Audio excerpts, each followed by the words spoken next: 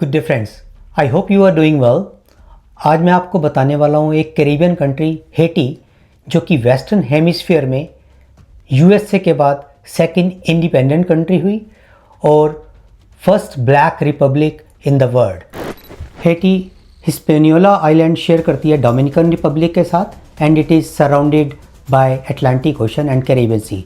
ये एक beautiful country है, कोस्ट लाइन बहुत ही अच्छी है, माउंटेन है, लेकिन 1804 में जब वो इंडिपेंडेंट कंट्री हुई तब से लेकर अब तक वहाँ पे काफ़ी पॉलिटिकल अनस्टेबिलिटी है, लोगों की लाइफ मिजरेबल है। और मैं बताने वाला हूँ उस पीरियड में जब एक डॉक्टर जिसने एक उम्मीद जगा दी हेटी के लोगों में कि उनका फ्यूचर जो है वो काफ़ी ब्राइट होने वाला है, और उस डॉक्टर को लोग बोलते थे पापा डॉक, क्योंकि वो एक फादर फिगर थे और पेशे से वो डॉक्टर थे। तो चलते हैं इस वीडियो में, जानते हैं पापा डॉक के बारे में। फ्रैंकोइस डुविलियर, इनका जन्म हुआ 14 अप्रैल 1907 में एक पोर्ट सिटी हेटी में।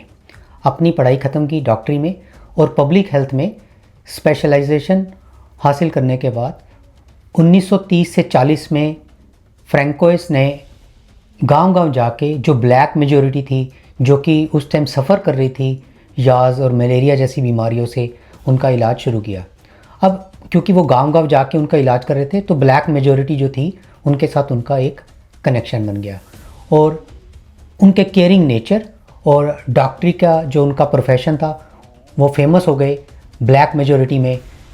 डॉक्टर पापा डॉक के नाम से उनको जाना जाने लगा। अब उनको लगा कि अगर किसी तरह से उनके पास पॉलिटिकल पावर आ जाती है तो वो हेटी को एक बेटर कंट्री बना सकते हैं।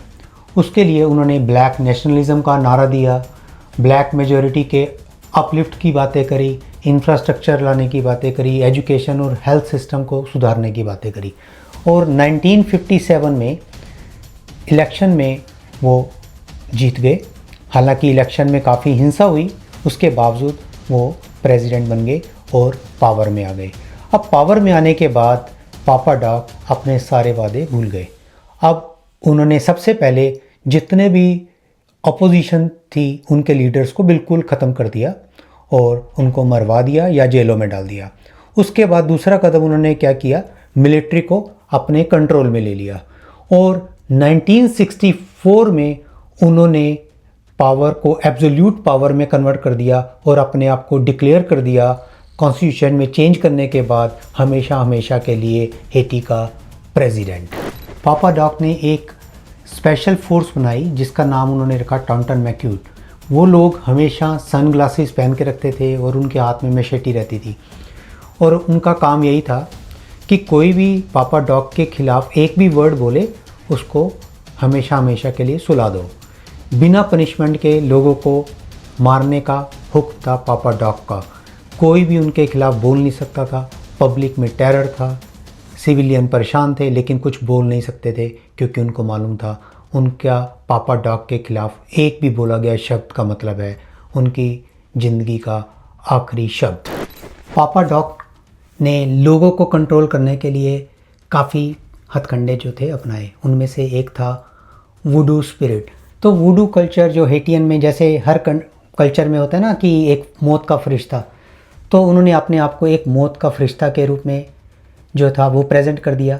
पब्लिक में उनकी इमेज जो थी वो एक ऐसी थी कि उनको लगने लगा था पब्लिक को कि इनके पास कोई सुपर नेचुरल पावर है, और उनको ये भी लगने लगा लोगों को कि पापा डॉक को कोई भी नहीं मार सकता। ये बताता है कि अब डर सिर्फ फिज़िकल नहीं रह गया था, डर साइकोलॉजिकल भी जो है वो हो गया था। तो पापा डॉक जो थे उनके अत्याचार हेटी की जनता पर कंटिन्यूसली डे बाय डे बढ़ते ही जा रहे थे। कई बार चर्च के लोग जो थे वो अपोज़ करते थे, लेकिन चर्च के लोगों को या तो मरवा दिया जाता था या देश से बाहर निकाल दिया जाता था। इतने अत्याचार हेटी के लोगों पर हो रहे थे, फिर भी यूएसए उसको टॉलरेट कर रहे थे, क्योंकि पापा डॉक कम्युनिज़म के सख्त खिलाफ थे। और आपको मालूम ही है कि यूएसए जो है वो भी कम्युनिज़म को पसंद नहीं करती है। So cold war politics matter more than human rights. अब हेटी में करप्शन पूरी तरह फैल चुका था। इकोनॉमिक डिस्ट्रक्शन हो चुका था। पापा डॉक जो भी फ़ॉरेन से एड आती थी हेटी के लिए वो अपनी पर्सनल लग्जरी के लिए यूज़ करते थे, और जो भी लोगों तक मदद जानी चाहिए थी वो उनके तक नहीं पहुंच रही थी, जिसकी वजह से लोग और गरीब होते जा रहे थे। हेल्थ केयर सिस्टम पूरा फेल हो चुका था, इंफ्रास्ट्रक्चर पूरा डिस्ट्रॉय हो चुका था, जो इंस्टीट्यूशंस थे वो पूरे के पूरे डिस्ट्रॉय हो चुके थे। तो हेटी के लोग एक बदतर ज़िंदगी जीने को मजबूर थे। अब 21 अप्रैल 1971 को पापा डॉक हार्ट अटैक की वजह से मर गए, परंतु हेटी की जनता के लिए अभी ये डिक्टेटर कॉल अभी ख़त्म नहीं हुआ था, क्योंकि मरने से पहले पापा डॉक ने एक बार फिर से कॉन्स्टिट्यूशन को चेंज किया और अपने 19 साल के बेटे को प्रेसिडेंट बना दिया।